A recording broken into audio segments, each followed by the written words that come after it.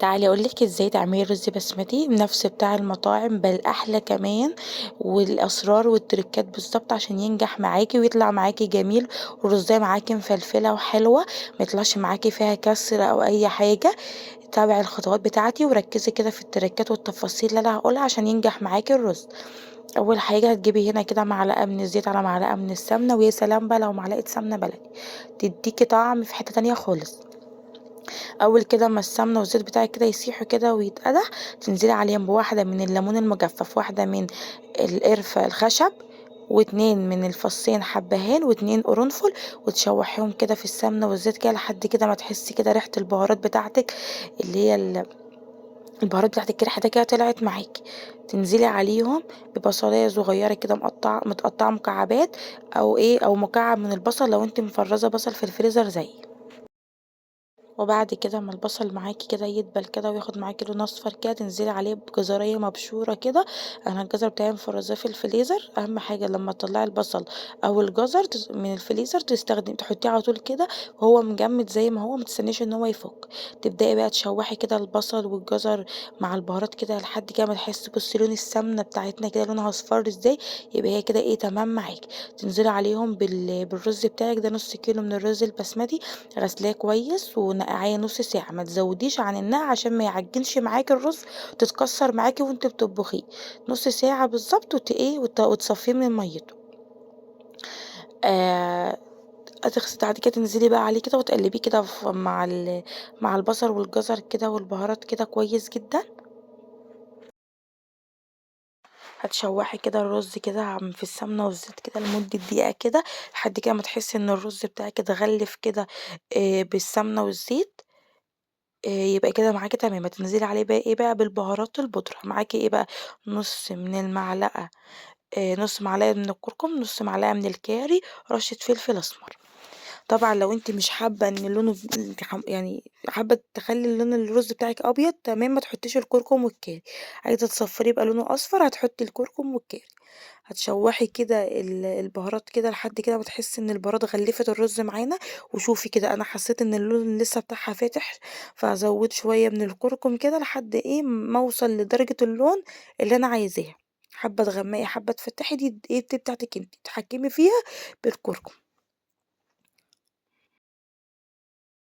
بعد بقى ايه ما تغلف كده الرز كده بالبهارات والبصل والجزر كده كويس جدا، هنزل عليه بقى بالميه المغليه. اهم حاجه تكون الميه مغليه. على كل كوبايه من الرز البسمتي كوبايه ورز من الميه السخنه. كوبايه رز عليها كوبايه ونص من الميه المغليه. شوفي هتعملي كوبايه رز ولا ولا كوبايتين. اهم حاجه تظبطي الميه بتاعتك. كوبايه عليها كوبايه ونص الميه المغليه. هتقلبيهم مع بعض كويس جدا وتنزلي بالملح بتاعك تظبطيه وتغطيه بقى. ركزي بقى في اللي هاقول لِك عليه، الغطا اللي هتغطيه دلوقتي هتسيبيه موارب، ما تقفليهوش على الآخر، لحد كده ما المَيّة كده الرز يشرب المَيّة بتاعتنا، يبقى لسه في فقاقيع كده مَيّة.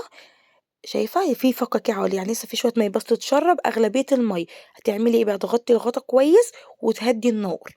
ما تهدّيش النار قبل كده، ليه بقى، عشان الرز بتاعِك ما يعجنش. إن وطّيتِ النار وهو لسه فيه مَيّة كتير، الرز بتاعِك هيعجن. فهتستني لمّا يشرب المَيّة كده ويبقى في فقاقيع المَيّة ديّة اللي هي بقى في مَيّة بُساط كده، تهدّي النار بقى وتسيبيه براحته كده يتشرّب كده ويتلدّم مع نَفْسه كده. آآ بعد بقى ما يتشرّب المَيّة بتاعته كده ويبدأ يتلدّم معانا، تقومي شايلة بقى الغطا وتبدئي تقلّبيه. ما تقلّبيش قبل كده، تحطّيش أي حاجة خالص وتقلّبيه. ما عندكيش معلقة سيليكون، تقلّبيه بشوكة. الشوكة تخلّي معاكِ تطلع معاكِ حبّاية الرز بتاعتِك مش مكسورة، حبّاية الرز معاكِ سليمة ما بتتكسرش معاكِ. شايفين؟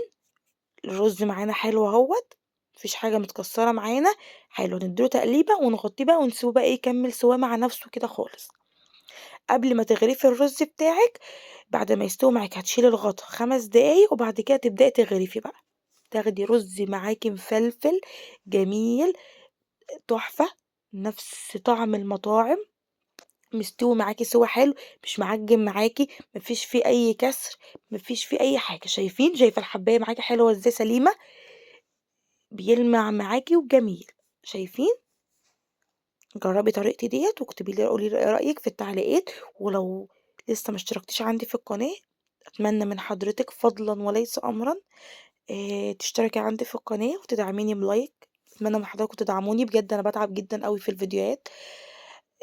وتخشي خدي جولة عندي في القناة، أنا واثقة متأكدة بإذن الله هتلاقي وصفات وأفكار حلوة هتعجبك عندي.